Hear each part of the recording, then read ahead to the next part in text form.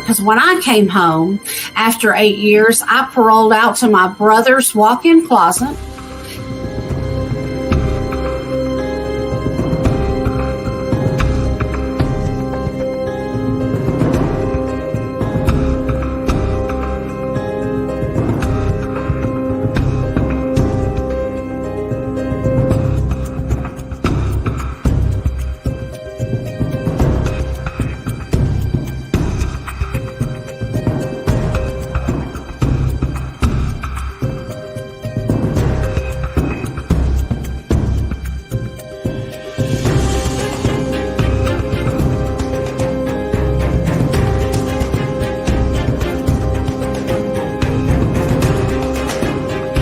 I still got 3 years of parole left.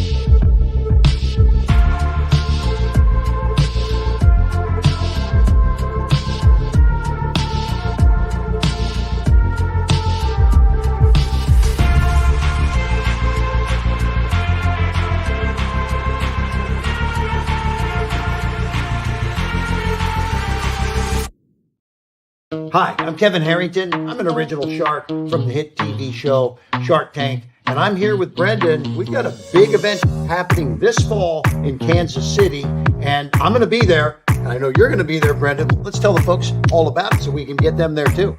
Are you letting fear, doubt, insecurities, what other people think stop you? Are you ready to get to the next level of your life? That's what we do. Go on over to comechangeyourlife.com, see what's going on. We have events all over, but we have a powerful event coming up this fall where Kevin is going to be speaking. So if you want to come meet him, you want to come meet me and my team, come on, comechangeyourlife.com.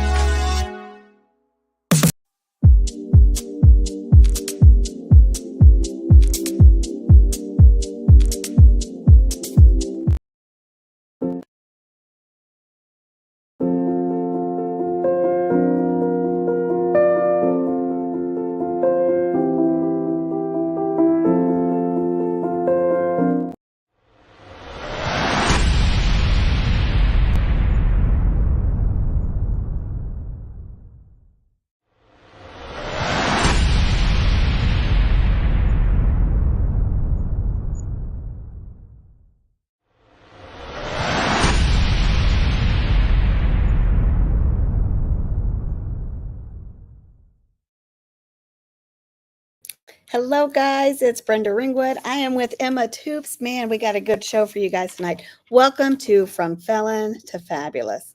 We are at Dad's Toys and Trains in Leavenworth, Kansas. Thank you so much for letting us use your space. Now, Emma's not a felon, but she does have a nice little consulting company that talks about the transition. So I thought it would be really good to hear about the transition from being an institution to society. Yeah. So we had a conversation just yesterday as far as the similarity of mindset of being institutionalized. And I was in the Army. So it's not like being in jail, but sometimes you feel like you aren't really free for what you can do, what you can say. And the military is an institution. But what that really means is that there is a structure. Mm-hmm. There's a structure of how you show up and where you are in the organization and how you contribute or not to the actions within the organization. And there's levels of authority, there's levels of responsibility, and there's expectations that are usually very regimented, and there's accountability at all levels. There is that. And all of those things are true of institutions. And prison is definitely an institution. But a reason why I wanted you here is to talk about the person's value, because they tend to think coming out of an institution that they don't have that worth, or they don't think they can, or they think they're still stuck. And sometimes even not being in prison, we are imprisoned in our minds by not being able to move forward. So take that mindset of coming out of any type of institution and then still being stuck in the brain and moving forward. Can you talk through how they could maybe get past that? Things that I share with folks as far as mindset and how it's very important. And a lot of us who are in coaching businesses, in the knowledge business, leadership and confidence, those kind of businesses, we always talk about mindset. We always talk about that's where it starts. Because what you decide in your actions is based on what you believe, and what you believe starts in your head. And whether it's good or bad. Okay. And there are folks who are very confident. They're very confident in who they are, what they're about, and their purpose and drive for action. And that's good, but it can be misapplied in certain environments. I have a paradigm that I teach that has a half of the mindset is your self-awareness, and it's personal identity and purpose. There's another half of the paradigm, which is the environment that you show up in. And you can be very confident and strong in your purpose, but if it's misapplied in a certain organizational environment where the people who are in that environment with you are not thinking like you, like coming out of the service, coming out of the justice system, moving from one level of education to another. Yes. That environment is not the same as far as the people, how they think, how to do the business, and the level of authority for action and the work and the measures of performance and success. There's a disconnect between what you understand and are confident in your head to what is in the environment that you now are in. And so the paradigm is to understand that there's two sides, there's two halves of the transition puzzle is what I call it, right? The transition puzzle paradigm. But there's two halves to it. You only control half of it, the half that is you. The other half. But we try to control everything. Yeah, the other half is the environment that you show up in. And you can't control that because it's other people. It's other people's rules. It's other people's understandings of the communication and the work and what they give it in meaning and who gets to judge success. You might have a definition of what it is in your own mind, but for who has the authority to say so, if it's not you, you can be confident all day and forever in your head. And this is a phrase I use in my business is, well, life doesn't happen in your head.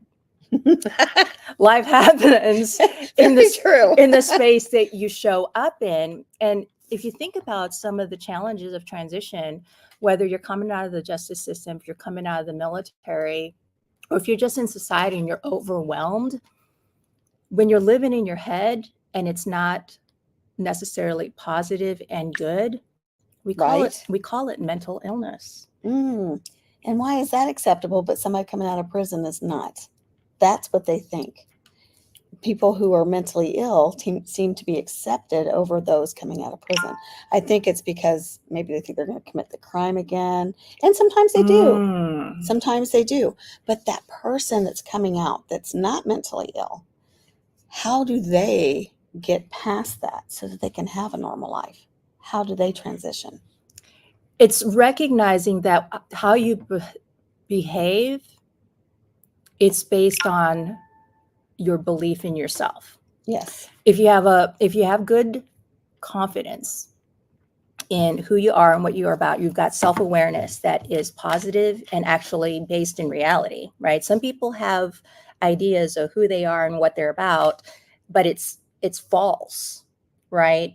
If they go in and they think they're still bad, right? That is their identity that they have put in their mind, and they still believe it. Whatever it is that you believe is what dictates the behaviors that then you apply, right? If you believe you're a good person and your actions are in support of that belief, then the people who would observe you and judge you for are you not, unless your definitions for what is a good person are different than the person who's observing, Right. then because you're behaving to that belief, then you are. Absolutely. Right? For those who would judge you, who would judge you.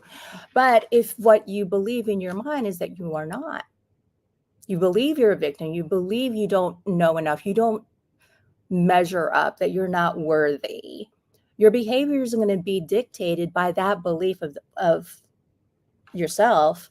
And it's the junky thinking that we talk about in leadership training and in being a better, in the programs that you and your leaders are sharing.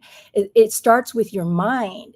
If your mind is messed up as far as the faulty beliefs, the lies, right? We believe the lies we tell ourselves. Yeah. Yes. And some people reinforce them. But those people who are reinforcing those lies, they're usually because they're trying to control you. They do. They do try to control you. And even if you don't realize that that's what they're doing, pay attention, because you're letting them if that's what's happening.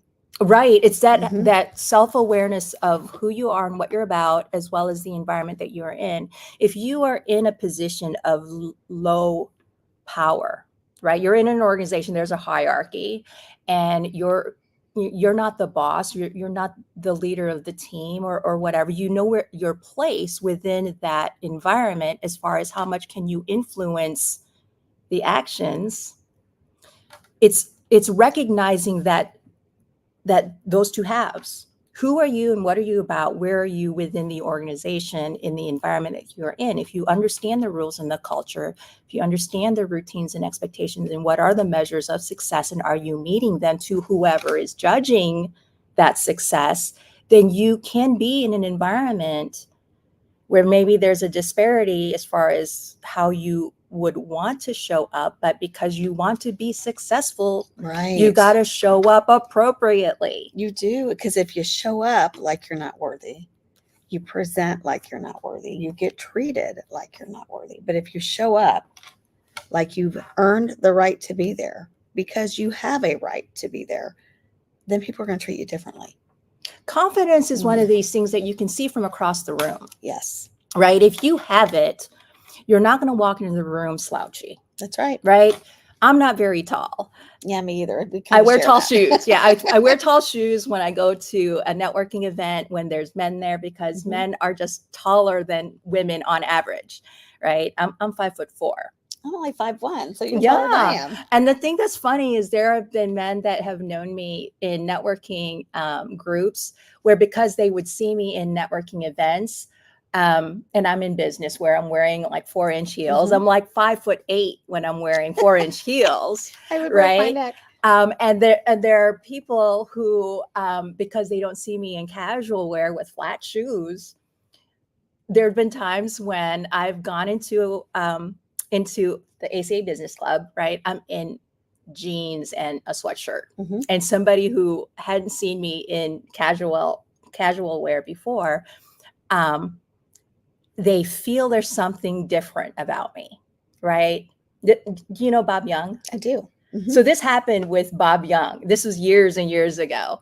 But I'm in the club. It's a Friday afternoon, and so just like casual Friday for me. I'm not got any business meetings, and I'm in the club and I'm wearing sweatshirt and jeans and tennis shoes, right? And he says something. It's like, "Wow, you're in casual shoes. You look like a college student," right? Because I'm like in sweatshirt and jeans. And he's like, "There's something else different," and he couldn't place it. He couldn't place it. And I was standing up and he couldn't place what else was different other than my clothes. And I said, "I'm not as tall." And he's like, "You're right." And he was confused because most times men don't notice women's feet, Probably right? As far not. as their shoes, They if they're notice wearing heels other or not. things. Yes. But I was like, yeah, I wear 4-inch heels normally, and that's normally how you see me. And so I'm literally like closer to So your. his perception of you Mhm. was that you were taller. He thought I was Mhm. because I presented that way on a normal basis when I would encounter him in events where there was networking and there's men and women in the same space, because 4 inches is, what is that? Is that it's that yeah. much. And as far as the distance for eye contact, It makes a difference. it makes a huge difference. Now I'm Mhm. like, instead of down here at their chin and they're literally looking down at me, I'm 4 inches taller just because of my shoes, right? So how you show up to people, what they see and what they observe and what they define with who you are, part of it is in how you present yourself. Part of it is how you carry yourself. Part of it is in what comes out of your mouth as That's far right. as the words that you say. There's a lot of nonverbal communication in just how you show up. Man, that would even apply to a job interview, Mhm. or how you're going to react with your family, or how you're going to present on your job. So if you're in sales and you've been to prison and you have these feelings of insecurity, but you're in sales, how you present is how you're going to get hired. Because I tell people in sales, it's a job interview every day.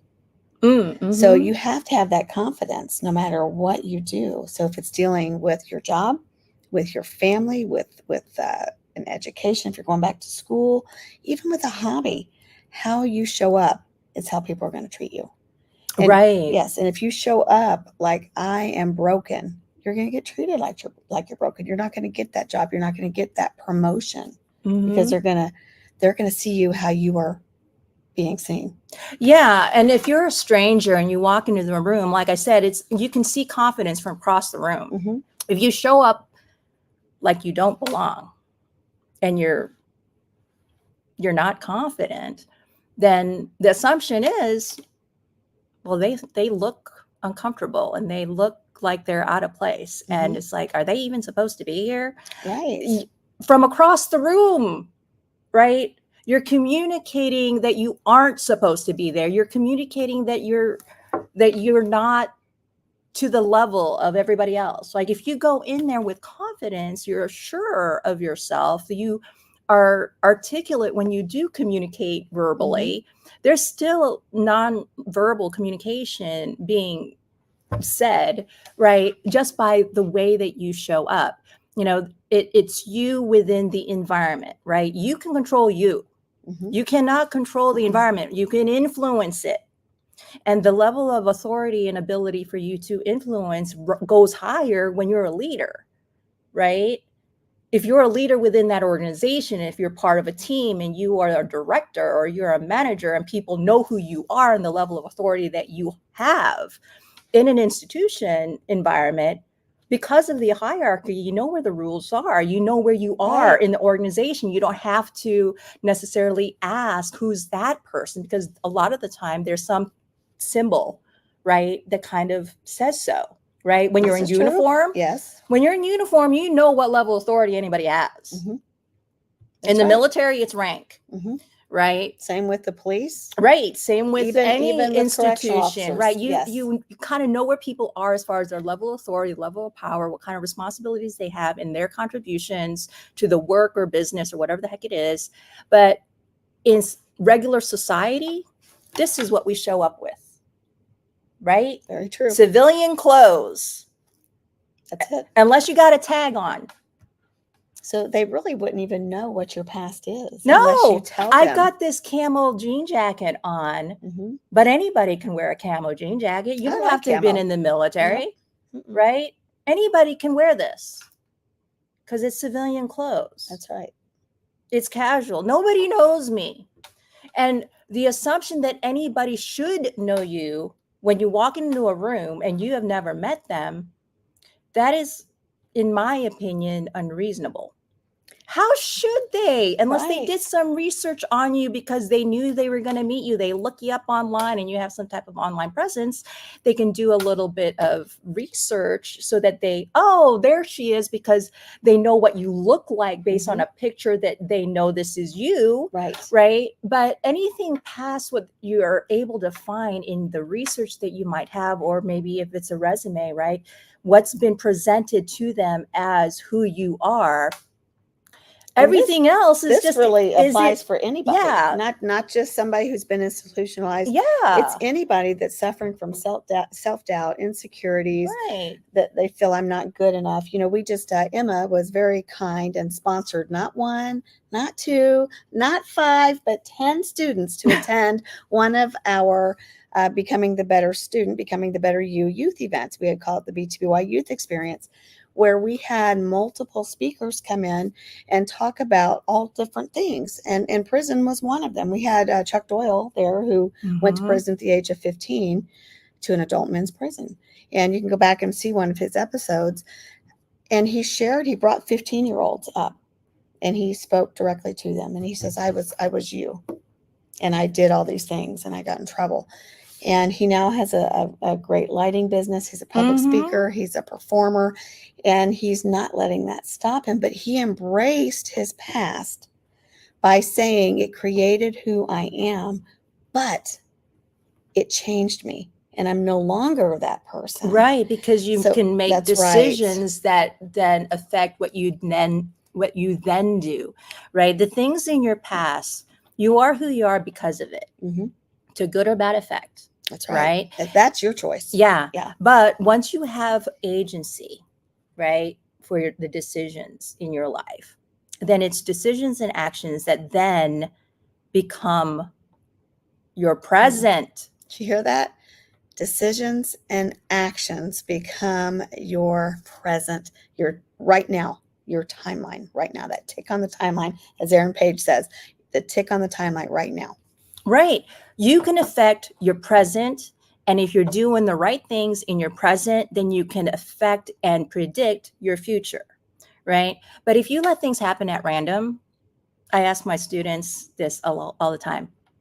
How much control do you have over random? Not much, unless it's something you're throwing in. Right. Random literally is something unplanned. You can't control random.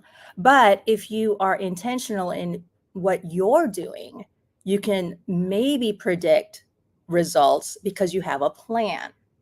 Doesn't always play out the way you expect. But, even the best laid plans don't turn out the way you expect. But when you have that future vision of outcome and you are planning towards it, your intentional actions, because they're intentional, you have a little bit of ability to predict results, but it has to be based on data, empirical evidence, right?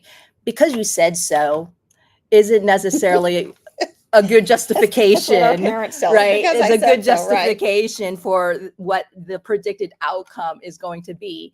But, there is value in experience.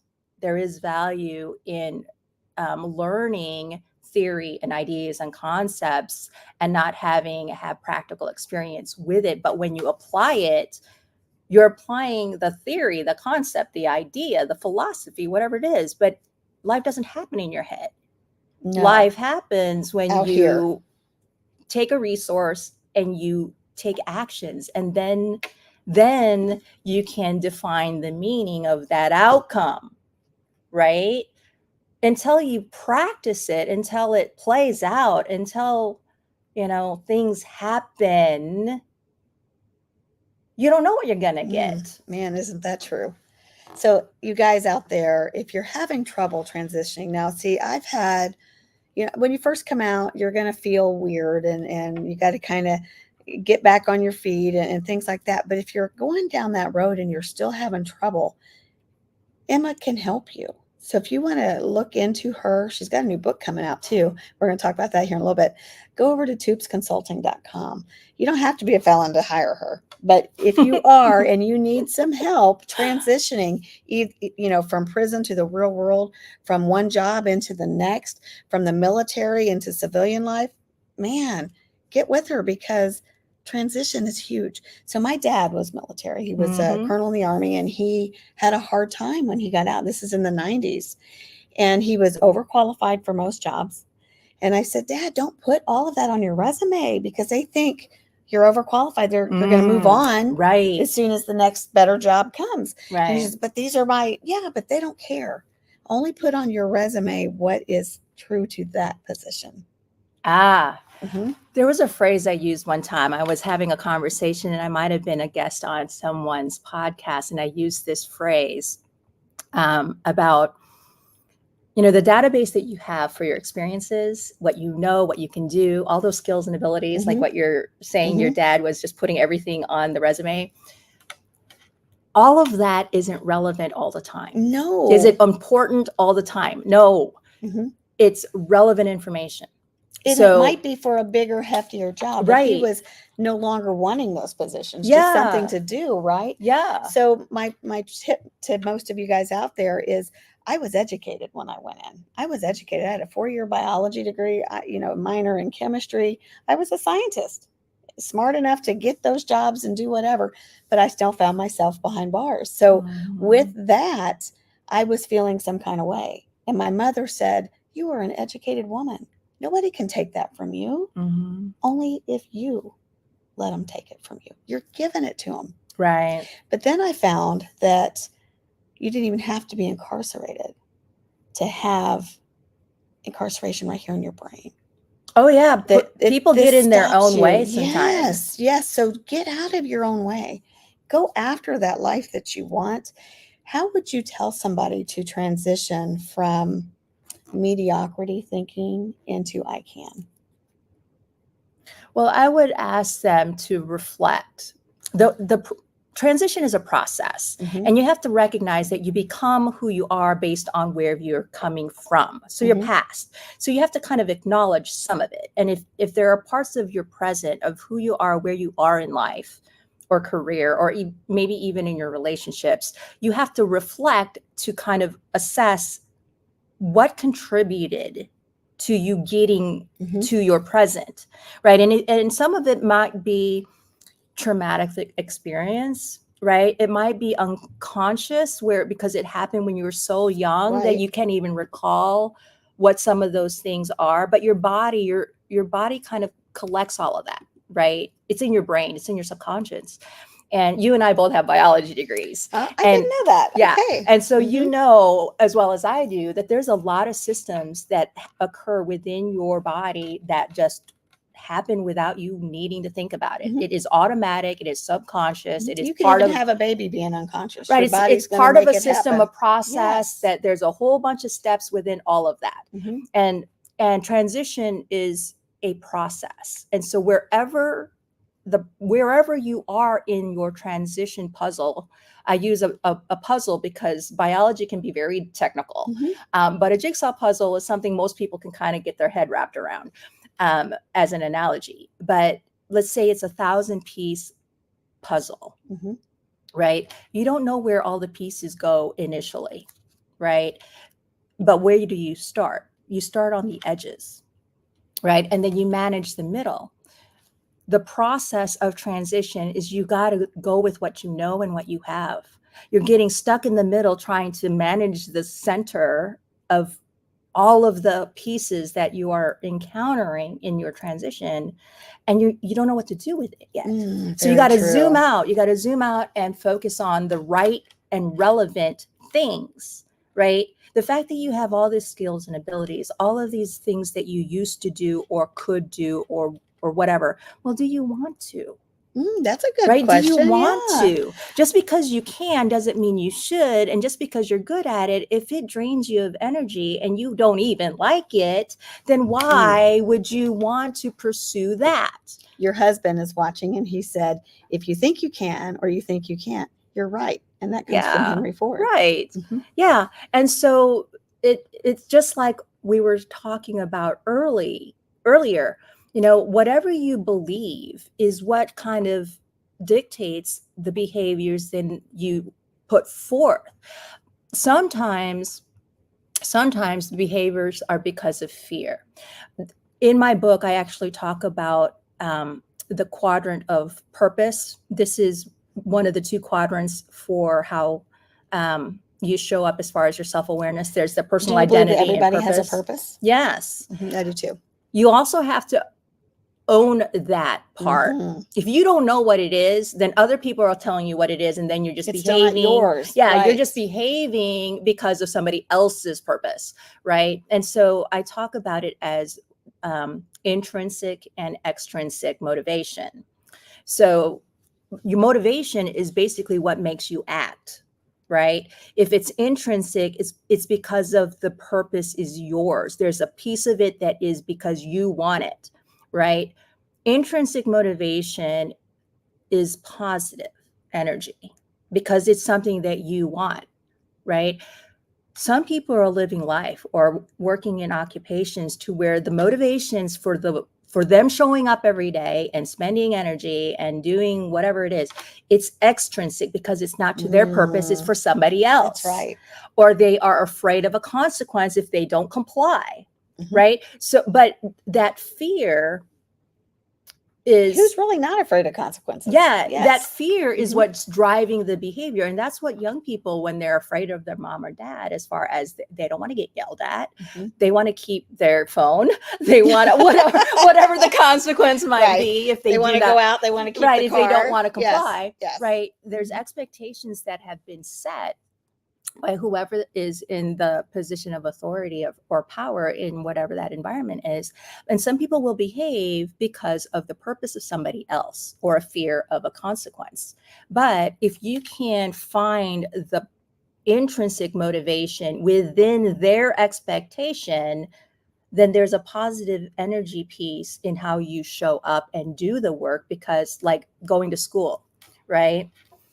There's a requirement for you to show up. There's a requirement for you to do work. That's right. And why are you there? Well, I need to prepare for when I can make my own decisions. Okay. So then you put yourself on a path that is purposeful for you, right? Maybe you become an athlete. Maybe you join one of the extracurricular activity clubs because the purpose for you showing up in that is something that you like, right? Something that you want. And it's okay to show up for what you like. Sometimes but it's we have to conform. Yeah, it's within the expectations of the environment that you're in. You're not pushing against it in your showing up.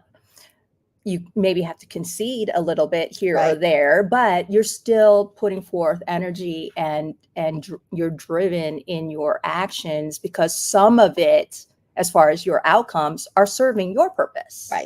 Right.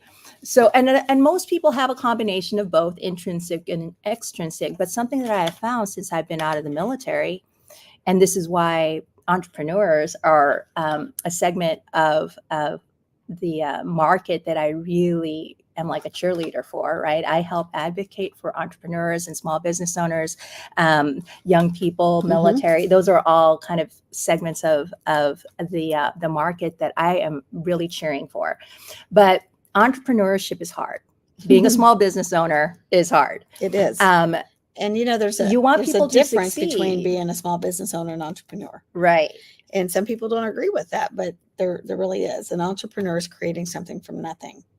A small business owners, you could go buy that business and it's already there and you're just operating it. Right. But you've created your own business. Right. You've also created this book. Mm-hmm. Talk about this book and when it's going to launch and how can it help those out there that are transitioning? So I've mentioned it a few times, this transition puzzle paradigm. It's basically the premise of my work as a transition coach. David and I focus on students and adults who are in academic or career transition, but we're really focusing on the process. It's like, where are you stuck in the process? Is it partly you don't have the right skills and abilities and you need to grow those, so you need to learn something? So we're freelance educators. We teach in classrooms, or we do one-on-one work, right? As far as being a tutor or a academic coach. When we're working with people who are a little bit more mature, they're switching careers, or maybe they have an idea that they want to launch, right? They maybe want to get more involved in organizational leadership or something to this effect. We'll kind of shift and be a consultant. But it's like, where in the process are you getting hung up, right? But in the book, I'm instructing the puzzle paradigm for part of it. There is, it's a hybrid as far as the structure. It's a nonfiction book. So part of it is me, middle-aged Emma being a freelance educator. You're middle-aged, really? Yeah. Yeah. I've been around for a few decades. But part of it is middle-aged Emma and sharing what I've lived and learned over my life as far as success and the transition process and these components of the paradigm. So there's that instructional piece, but that's just theory. It's just theory. It's just concepts and ideas. But the other kind of point of view in the book is stories. So I am sharing examples of the concepts in practice from when I'm a young person. So I was in the Army. And some of the stories are you from weren't just in the Army, you're retired Army.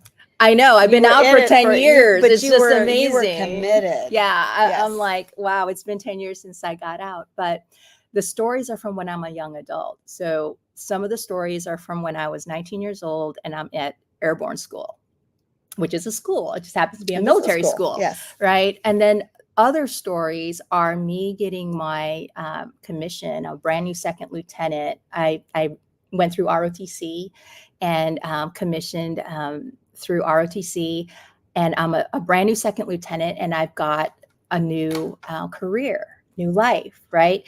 But there's some schools, right, that I have to take before I'm ready to go to my first assignment. So there's, the officer basic course, and because my first assignment was at the 101st Airborne Division, air assault, there was air assault school, which and probably another school is another school that I went through. And so the stories are from when I'm a young adult. So 19 and 22 years old are where the stories are, but it's just kind of identifying the different segments of the transition process and following young Emma through the challenge and my mindset and my flawed understandings of myself or the environment, and how did I adjust my thinking, and what did I do or what did I not do? Which would also appeal to you guys, could help you guys in that transition. Right.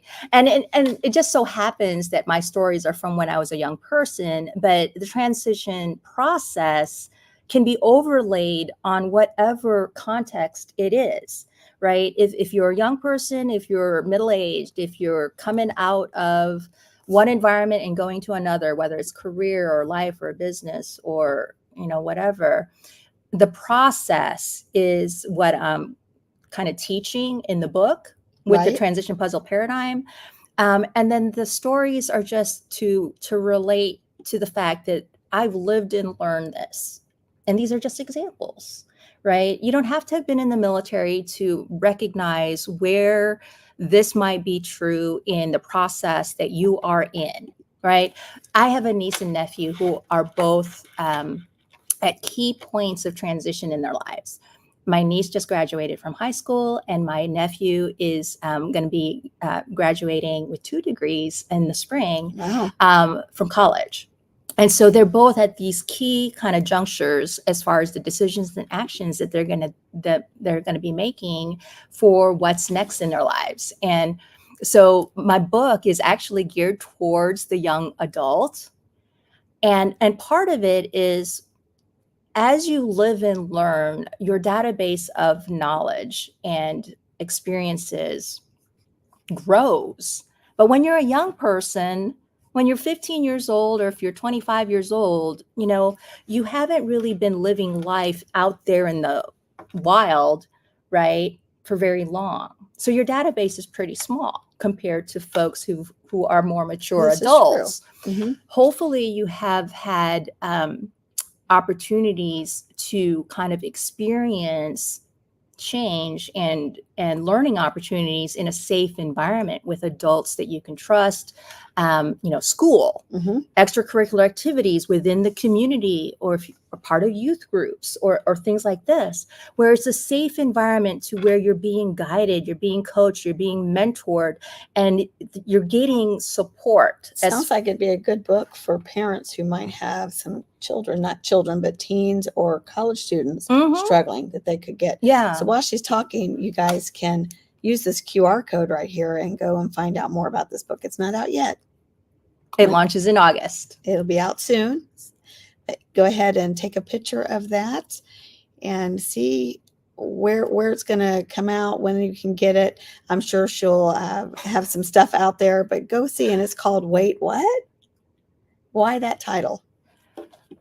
Because it's a phrase that basically you've encountered something surprising or unexpected. And most Very people recognize it. It happens a lot. Happens a lot. And what I have found is that younger people use it more frequently because they're encountering things that are unexpected. They haven't experienced it before. They have to stop and pause and process, and then decide what they're going to do or whatever. But more mature individuals, because of live and learn and experience that they've seen, or maybe they have friends or other people who have shared it, or they've seen it with other people, their tendency as far as their response, they're a little bit more in control of that surprise, right? You develop self-control as you mature, but emotions are very, very kind of upfront and center when you're a young person. They are. And sometimes that can get you in trouble because it's in biology. Your response, your body is always kind of alert to the environment, whether you realize it or not, right? You know when to run. Right. It's that, exactly. It's that biological defense mechanism as far as survival mode. It's like when you sneeze, there's a reason why you sneeze. Right. Something has entered into your system that is not supposed to be there, and your body's like, get out of here. Right. And you sneeze. Right. But your body's always kind of turned on as far as the defense mechanisms, and emotions are part of that. This is true. Right. The logical thinking and practical application of logic based on knowledge and experience, that comes later. Doesn't matter. It always comes after emotions, but it's more mature individuals who have learned to control their emotions to where the practical logic, problem solving actions override the emotional triggers or the defense mechanisms that are just naturally going to come first. And people that have been incarcerated do have a lot of triggers. There's something from the past or from their experience that will trigger something, and it's a fight to not go back to that old behavior. And it's a big deal. Well, we are out of time. Thank you, Emma. So I've put all your stuff out there. Guys, again, here is the QR code one more time. If you want to go out and see when her book is going to be out, go on over to toopsconsulting.com/book if you would like to find out more about that. And stay tuned. We've got some commercials. You know, we always do. We got to promote those people who are our supporters. If you would like to market on this show, please let us know. Thanks for watching, guys. Stay tuned for more great stories.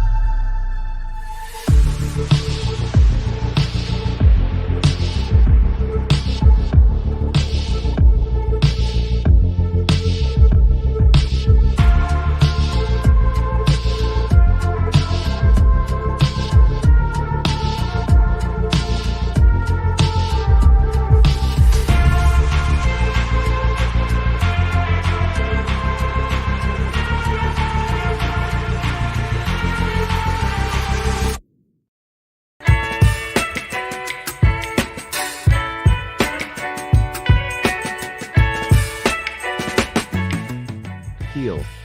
Help Elevate and Learn is a personal discovery guide to healing your inner child. This book has been years in the making, and Saucony recently realized that introducing you to yourself would not be complete without the introduction to your inner child.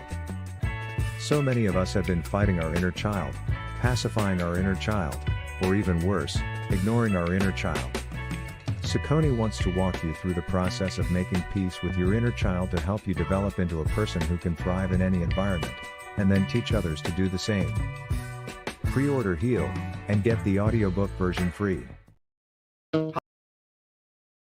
Hi, I'm Kevin Harrington. I'm an original shark from the hit TV show Shark Tank, and I'm here with Brendan. We've got a big event happening this fall in Kansas City, and I'm going to be there. I know you're going to be there, Brendan. Let's tell the folks all about it so we can get them there too. Are you letting fear, doubt, insecurities, what other people think stop you? Are you ready to get to the next level of your life? That's what we do. Go on over to comechangeyourlife.com, see what's going on. We have events all over, but we have a powerful event coming up this fall where Kevin is going to be speaking. So if you want to come meet him, you want to come meet me and my team, come on, comechangeyourlife.com.